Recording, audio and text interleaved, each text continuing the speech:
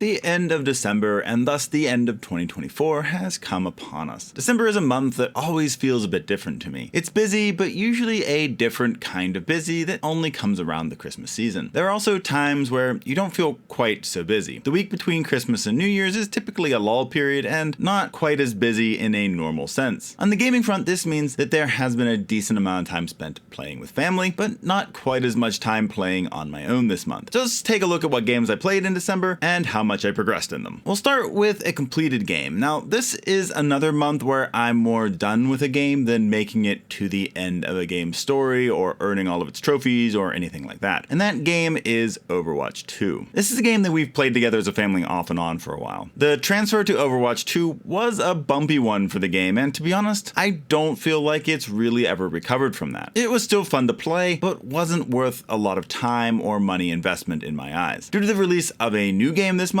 I think that our family has moved on from Overwatch 2, and I deleted it from my PlayStation 5 this month due to that. Maybe at some point we'll want to give it a shot again, but I'm not thinking that that'll happen anytime soon. In December, I didn't make nearly the progress that I hoped I would in my story games this month. I did play them a decent amount, but I think I was just maybe a bit too optimistic on how far I would get, knowing that December was a busier month than some. The first story game is Stardew Valley. I was hoping to get into winter of year 2 this month, but that didn't quite happen. I was able to get pretty close as I am nearing the end of fall, but only made it to the 26th of fall. This should make it very easy to get into winter in January, but it still wasn't quite as far as I hoped I would get. This month I was able to get my basement upgrade for the house, so I've been working on starting the pipeline of upgraded wine. I feel like my money is really starting to grow between jam, wine, animal products, and regular crops, so I'm hoping that that'll continue to generate more money. Going into winter may slow some of that growth, but I'm hoping that it won't change things too much. Second story game is Final Fantasy VIII Remastered. Speaking of games I wish I got further on, I didn't get past Disc 2 like I hoped in Final Fantasy VIII. I'm currently back at Balam Garden and just had it turn mobile while avoiding the missile attack. So I'm guessing I'm about a quarter of the way through the second disc. I hope to at least finish that disc this month, but I would be super happy if I could finish up the whole game. I doubt that'll happen unless I find some solid chunks of time to play it, but I'm somewhat unsure that will actually happen. The third story game is Magicka 2. Now this game is a new game on the story side of things this month, and it's a game that we started as a family near the end of December. Magicka is a crazy game. It's a bit of a parody of the fantasy action RPG genre. The story is humorous, but so is the gameplay. The game has you create spells by using 8 different elements. These elements can combine in fun and dangerous ways. They can also damage your allies and even yourself. This means that you can be trying out a new combination only to take out the very same person you're showing that accomplishment off to. You can also troll as well, taking out friends just for the fun of it. It's chaotic fun, but can also be a fairly significant challenge as well. I don't know how often we'll play this game, but it was fun for this first time that we played it in December. Moving on from story games, I'll be focusing on games that I call endless games. These are games that don't have clear-cut endings. They can be online PvP, arcade, sandbox, creative, simulation, or party games. Some of these are games I enjoy quite a bit and keep playing off and on, while others are ones that I will play for a season and then move on from. There are also games that we'll play as a family off and on depending on the month. This month continued to have a good amount of variety. We tried a couple of new games this month. One of these probably isn't going to show up too often, if ever. The other is one that will become a regular addition to this list and is the game that knocked Overwatch 2 into the completed category. First endless game is Fortnite. 2 big events happened in Fortnite this month. The first was the start of Chapter 6, which has been enjoyable. It's maybe not my favorite season ever, but it is still a solid season that is fun to play. I like a number of the new weapons for the season, and the battle pass is solid. On the downside though, I'm not a huge fan of the Typhoon Blade or the Fire Oni mask, but besides that, I've found it to be a solid season. The other big event was Winterfest. While I wasn't a huge fan of getting another Snoop Dogg skin, I do enjoy Fortnite's Winterfest celebration. Getting 2 free skins is nothing to sneeze at, even if one isn't super amazing to me. The second endless game is Marvel Snap. I've had a bit of a harder time keeping up with Marvel Snap with the busier month. I still made it to the 70s on ladder, but I haven't earned my Conquest variant yet, and I don't think I'm going to get the new card from the high voltage mode. I do like the high voltage game mode, but the timing of it was kind of poor for me. Trying to play around the holidays just hasn't really worked out too well for me. I may get the Spider-Man 2099 variant, but I doubt I'll get Lasher, which is a bit of a bummer. There's a chance that I might still be able to pull it off, but I'm kind of thinking that it's not going to happen. On the positive side, Marvel Snap had a pretty epic winter celebration, giving away 14 days of free items, including a few new variants and some winter borders. One place that is a bit of a disappointment this month is that while last month was super good with new cards for me, this month I only earned 2. Galacta from the Season Pass and Lady Deathstrike. So it was not a great month on that front. Maybe next month will be better, but I find that that's kind of normal. If you have a really good month or get lucky and have 2, then there's usually kind of a month that makes up for it where you're barely getting any new cards.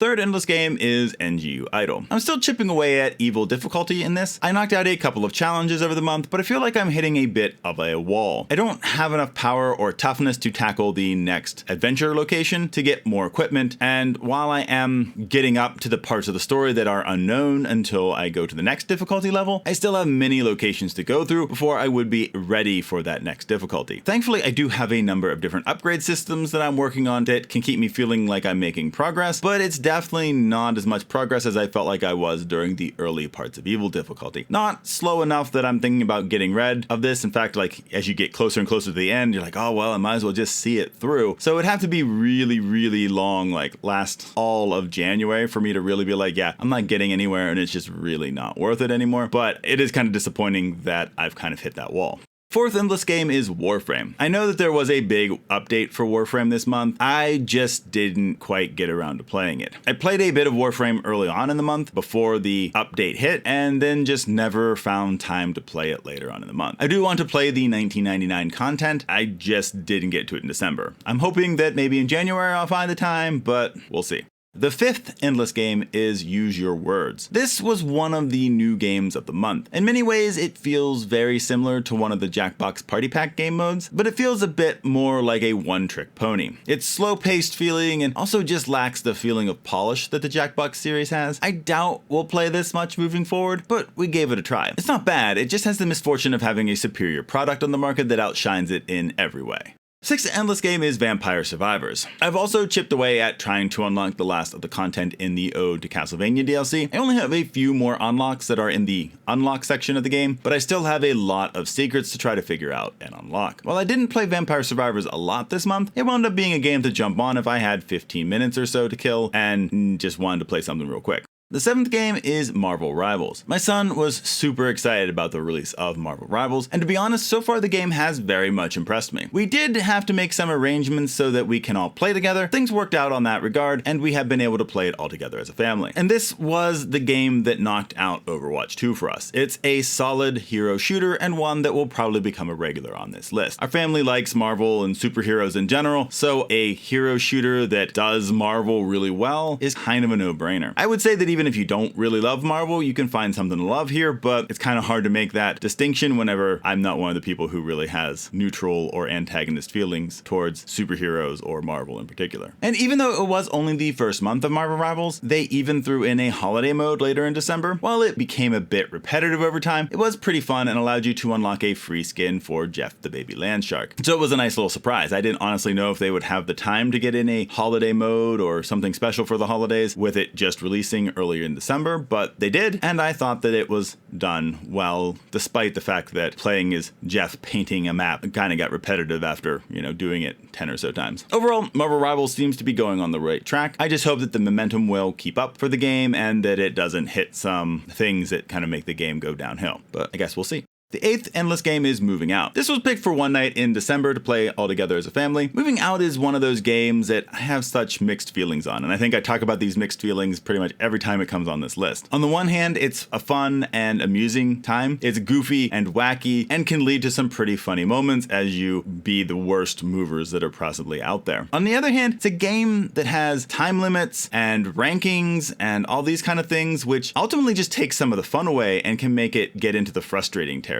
I like the game, but I think that if it leaned more into the wacky fun side, it would be a more enjoyable game overall. It's just really hard to enjoy the game when it also has all these time restrictions and, you're trying to do the best you can, but also that wants you to kind of be goofy and funny and doesn't have like the best control scheme ever, or at least the best feeling controls like tightness. It's just one of those games that really gives me mixed feelings. And the ninth and final endless game is Ultimate Chicken Horse. Unsurprisingly, we played some more Ultimate Chicken Horse in December. As I said, this became a quick favorite of the family. This is another game that can be ridiculously funny. While it can become a bit frustrating too, this game leans more into the wackiness than it does the kind of frustrating parts, in my opinion, which makes for a very good time even if you are all dying all over the place whenever a course gets made into a death trap. In terms of trophies, I did continue to work on one game for trophies in December, and that is Horizon Zero Dawn. I'm continuing to work through the story in the New Game Plus mode on the highest difficulty level. Now, I thought I might get through the story in December. I was just basically focusing on story quests, going from story quest to story quest and not really trying to do any of the side stuff, not really trying to do anything but the quests, and I was making pretty good progress. I just kind of ran out of time before I had to focus in on getting stuff ready for Christmas. So I feel like I'm pretty close. I think I've got 3, maybe 4 story missions left to go in the game. So if I get to play it a few more times in January, I think I should be able to knock this game off my list in the start of 2025. And that's what I played during December. It was a little bit of a weird month, as always with Christmas and the holiday season. That said, I still played quite a few games, but didn't get through the story games as far as I would have liked. That seems to be a bit of a regular occurrence the last few months though. While I would like to say that this will change in January, I'm not sure if it will or not, since there are some oddities coming up in January that may shift up my schedule quite a bit. So I'm not quite sure how that will affect everything, but I guess I will see at the end of January. How about you? What have you been playing in December? Let me know in the comments, as it's always fun to see what others are playing and if you would recommend what you have been playing. I hope everyone had a great month, a great Christmas and New Year's, and that you've been playing games that you enjoy. That's all for now, so I'll see you in the next video.